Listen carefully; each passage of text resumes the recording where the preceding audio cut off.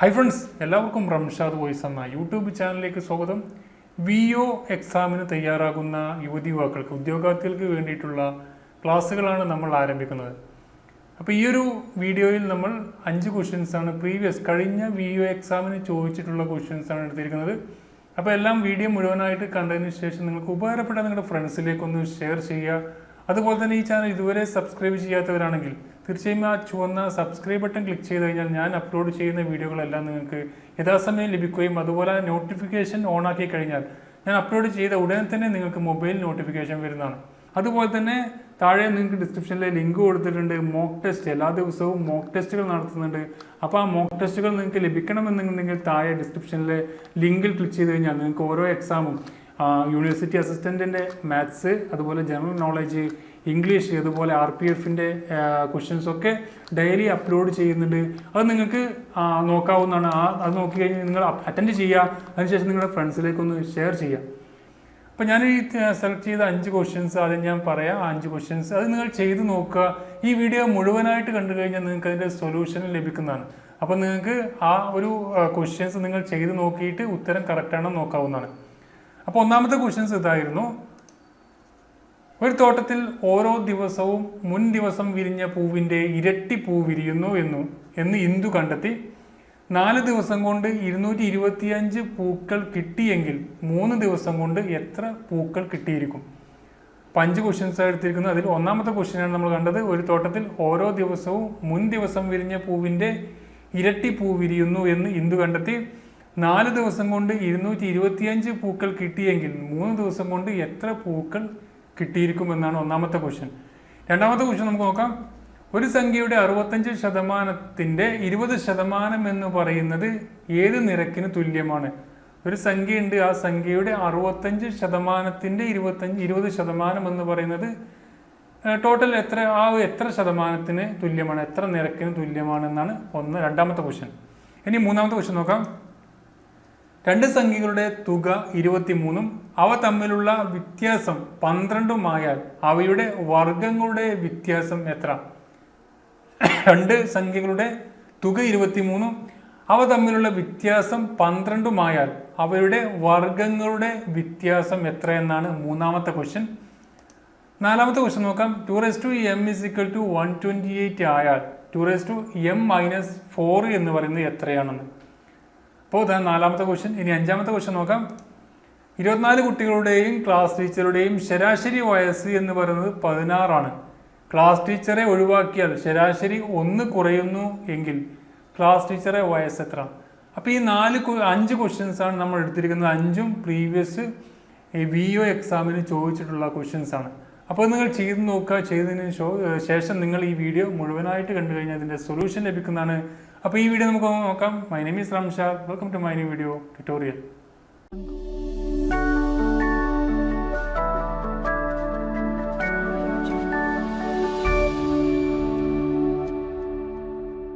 അപ്പോൾ ഒന്നാമത്തെ ക്വസ്റ്റ്യൻ നമ്മൾ എടുത്തിരുന്നു. ഒരു തോട്ടത്തിൽ ഓരോ ദിവസവും മുൻ ദിവസം വിരിഞ്ഞ പൂവിൻ്റെ ഇരട്ടി പൂ വിരിയുന്നു എന്ന് ഇന്ദു കണ്ടെത്തിയെന്ന് പറഞ്ഞിട്ടുണ്ട്. അപ്പോൾ പലർക്കും ബുദ്ധിമുട്ടെന്ന് പറഞ്ഞത് മാത്സിലെ ക്വസ്റ്റ്യൻ ചെയ്യാനാണ്. അപ്പോൾ അത് മാത്സ് വലിയൊരു സംഭവമാണെന്ന് കരുതിയിരുന്നാലും നമുക്ക് അത് അങ്ങനെ തന്നെ ആയിരിക്കും. വളരെ സിമ്പിളായിട്ട് കാണാം. മാത്സൊക്കെ വളരെ സിമ്പിളായിട്ട് കണ്ടു കഴിഞ്ഞാൽ നമുക്ക് ഈസി ആയിട്ട് തന്നെ ഇത് ചെയ്യാൻ കഴിയുന്നതാണ്. അപ്പോൾ എന്താണ് പറഞ്ഞിട്ടുള്ളത്? ഒരു ദിവസം എത്ര പൂ വിരിഞ്ഞു? ഇപ്പോൾ ഇന്ന് ഒന്നാണെങ്കിൽ നാളെ അതിൻ്റെ ഇരട്ടി അങ്ങനെ പോകുന്നു. അപ്പോൾ ഒരു ദിവസം നമ്മൾ A എന്ന് പറയുന്ന പൂക്കളാണ് വിരിഞ്ഞത്. ഒന്നാമത്തെ ദിവസം A പൂക്കൾ വിരിഞ്ഞു. രണ്ടാമത്തെ ദിവസം തന്നെ അതിൻ്റെ ഇരട്ടി എന്ന് പറയുമ്പോൾ 2A ആയിരിക്കും. ഓക്കെ. മൂന്നാമത്തെ ദിവസം 2ന്റെ ഇരട്ടി 4A. അഞ്ചാമത്തെ ദിവസം 4ന്റെ ഇരട്ടി 8A. ഇപ്പം ഇത്രയും 4 ദിവസം കൊണ്ട് വിരിഞ്ഞ പൂക്കളാണ് ഇത്രയും ആണ് 4 ദിവസം കൊണ്ട് വിരിഞ്ഞ പൂക്കൾ. ഇത് എന്ന് പറയുന്നത് 225 ആണെന്ന് നമ്മോട് പറഞ്ഞിട്ടുണ്ട്. 4 ദിവസം കൊണ്ട് A എന്ന് പറയുന്നത് അതിൻ്റെ ഡബിൾ 2A, പിന്നെ അതിൻ്റെ ഡബിൾ 4A പ്ലസ് 8A എന്ന് പറഞ്ഞ് 225 പൂക്കളാണ് മൊത്തം വിരിഞ്ഞത്. നമുക്ക് ഈ A കണ്ടുപിടിച്ച് കഴിഞ്ഞാൽ 3 ദിവസം വിരിഞ്ഞ പൂക്കളെ കിട്ടും. അപ്പോൾ 220 A എത്ര ആയിട്ട് നോക്കുക. A ഇവിടെ ഒരു A, 2ഉം 3A ആയി, 4ഉം 7A ആയി, 7ഉം 8 എത്രയാണ്? 15. മൊത്തം 15A എന്ന് പറയുന്നതാണ് 225. അപ്പോൾ A കാണാൻ എന്താ ചെയ്യുക? A equal to 225. ഇവിടെ ഗുണനമുള്ളത് ഇങ്ങോട്ട് വരുമ്പോൾ ഹരണമാവും 15 എന്ന് പറഞ്ഞാൽ 15. എ നമുക്ക് കിട്ടി 15 കിട്ടി. എ നമുക്ക് 3 ദിവസത്തെ പൂവെന്ന് പറയുമ്പോൾ എ ഉണ്ടാവും plus 2a plus 4a. A എന്ന് പറയുന്നത് നമ്മൾ വാല്യൂ 15 പ്ലസ് 2a എന്ന് പറയുമ്പോൾ 2 × 15 30 കിട്ടി, പ്ലസ് 4 × 15 എന്ന് പറയുമ്പോൾ 60 കിട്ടി. നമുക്ക് കിട്ടിയത് 60, 30, 90, 10, 100, 105. 105 പൂക്കളാണ് 3 ദിവസം കൊണ്ട് വിരിഞ്ഞത്. അപ്പോൾ 3 ദിവസം കൊണ്ട് വിരിഞ്ഞ പൂക്കളാണ് 105. അപ്പോൾ നമ്മുടെ ആൻസർ കിട്ടി. അപ്പോൾ നിങ്ങൾ ചെയ്ത ആൻസർ കറക്റ്റ് ആണെന്ന് നോക്കുക, ഇല്ലെങ്കിൽ നിങ്ങൾ ആ ഒരു എവിടെയാണ് നിങ്ങൾക്ക് മിസ്റ്റേക്ക് വന്ന് ആ ഭാഗം ക്ലിയർ ആക്കി പോവാം. നെക്സ്റ്റ് ക്വസ്റ്റ്യൻ എന്തായിരുന്നു? ഒരു സംഖ്യയുടെ 65%ന്റെ 20% എന്ന് പറയുന്നത് ഏത് നിരക്കിന് തുല്യമാണ്? അപ്പോൾ ഇത്തരം പേഴ്സൻറ്റേജ് ക്വസ്റ്റ്യൻസ് പലർക്കും മിസ്സായി പോകാറുണ്ട്. എങ്ങനെയാണ് ചെയ്യേണ്ടതെന്ന് അറിയില്ല.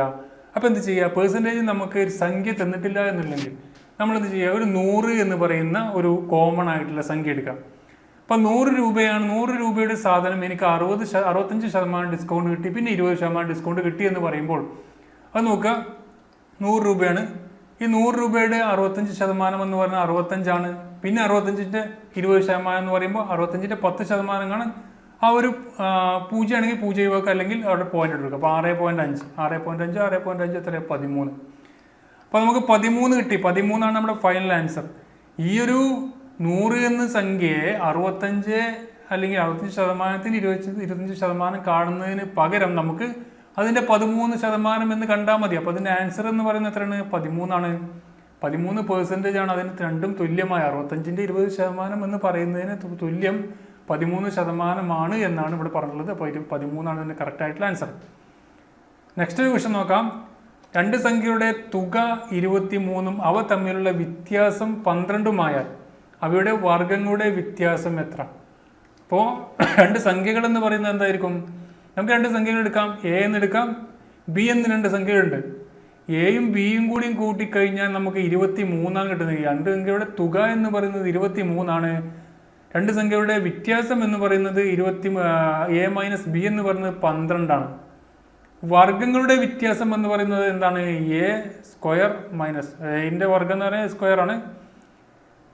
അപ്പോൾ A square minus B square എന്ന് പറയുന്നതാണ്. A square minus B square എന്ന് പറഞ്ഞാൽ എങ്ങനെയാണ് കിട്ടുക?